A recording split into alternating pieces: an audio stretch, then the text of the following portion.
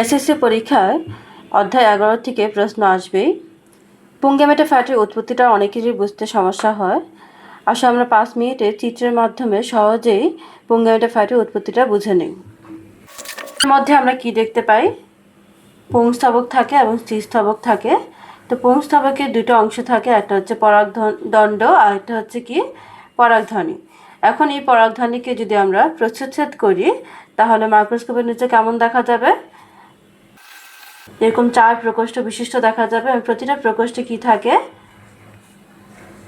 অসংখ্য পরাগরেণু মাতৃকোষ থাকে।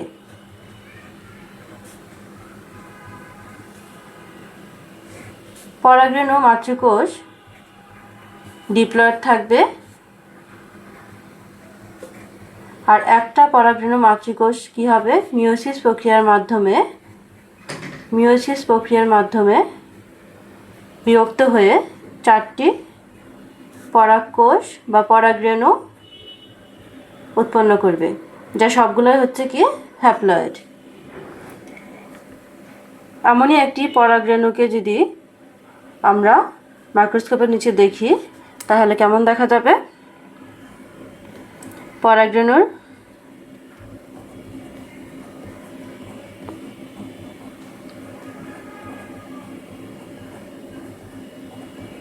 এমন কাটার মতো দেখা যাবে। তাহলে এর বাহিরের অংশ কেমন? বাহিরের অংশ হচ্ছে পুরু এবং কিউটিকল যুক্ত,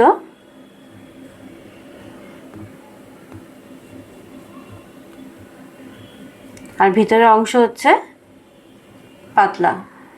আর পরাগরেণুর ভিতরে কি থাকবে? নিউক্লিয়াস থাকবে, যা কিনা হ্যাপ্লয়েড। এখন এই নিউক্লিয়াসটা মাইটোসিস প্রক্রিয়ার মাধ্যমে বিভক্ত হয়ে কি উৎপন্ন করবে? দুটো নিউক্লিয়াস উৎপন্ন করবে, একটা হচ্ছে ছোট আর একটা হচ্ছে কি বড়।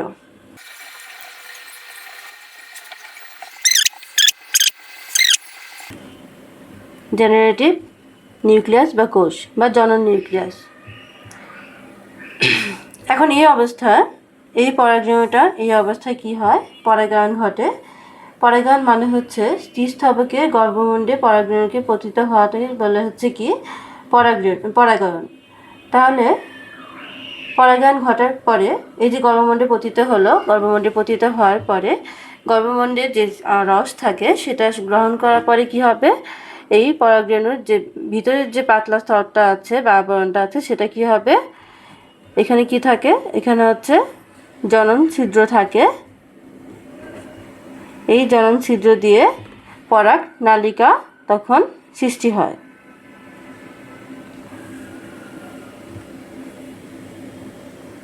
আর এই পরাগ নালিকায় প্রথমে যাবে হচ্ছে কে?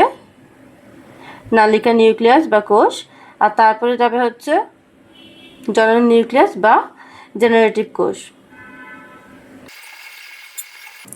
পরবর্তীতে আবার এই যে জনন নিউক্লিয়াসটা ছিল সেই জনন নিউক্লিয়াসটা কি হবে বা জেনারেটিভ কোষটা কি হবে? মাইটোসিস প্রক্রিয়ার মাধ্যমে বিভক্ত হয়ে দুটি পুংগ্যামেট উৎপন্ন করবে। দুটি পুংগ্যামেট উৎপন্ন করবে।